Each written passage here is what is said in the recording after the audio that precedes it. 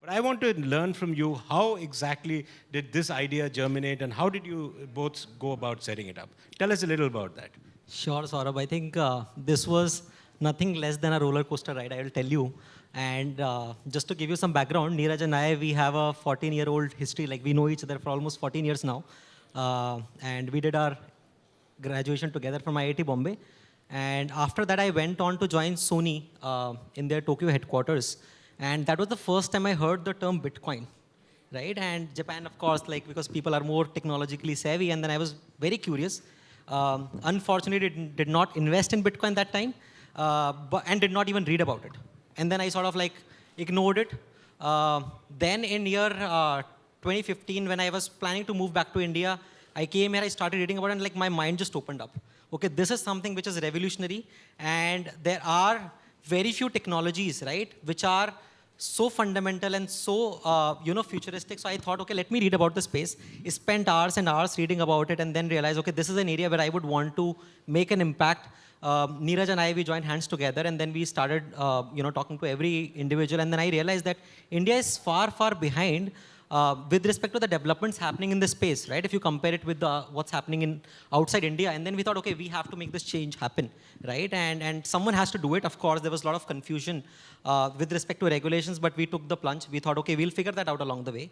And very interestingly, the moment we were about to launch the platform, this RBI circular came. And then 99% of the people who wanted to do something in crypto, they sort of backed out. But because the conviction was so strong that we wanted to make this change happen, we want to create an impact at large scale, we continued to fight and then build. And here we are today, but very, very exciting journey. And we feel that with this technology, it can truly impact a lot of industries and add a lot of value to the nation. So we are looking forward to that time when India becomes a leader in this space globally. It's an exciting journey, Sumit, but it's also a turbulent one. As you've seen, some of the policymakers are still not clear. The Reserve Bank of India has made its stand very clearly known about what that organization and that institution feels about crypto. Currency, of course, is not even a word to be discussed. It's crypto assets, or VDA, virtual digital assets. Now, we'll come to the topic of the day, of discussion right now.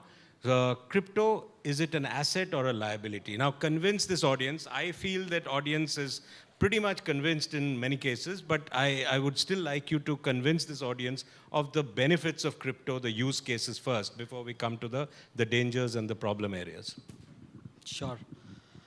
What we have seen from the history is that, like, fundamentally, crypto and blockchain as a technology, right, has a lot of value to add to the nation, any nation which adopts to it. And that is the reason precisely why you'll see all the progressive nations like US, Japan, Singapore, and now Dubai is very aggressive in terms of setting itself as a crypto hub, and that is attracting a lot of capital, a lot of talent, and they have realized that it can add a lot of value to the nation. So that is there, right?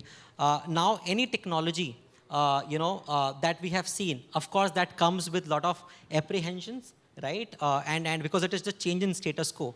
And any country which has not adopted technology or which has shunned down technology has never yielded positive returns, right? So generally, whenever a technological shift is happening, it's important that we adopt it, we understand it, and then we take the positives of it and implement it in the economy. And whatever downside or negative nuances are there, you just cut it off by regulating it nicely, right? Now in crypto, there are various applications and use cases that are being developed globally, but a lot of that innovation is not happening in the country, right? I'm on an everyday basis, I'm seeing people talking about shifting to Dubai or Singapore or other countries. There's a massive level of brain drain that's happening because India does not have a positive regulatory framework.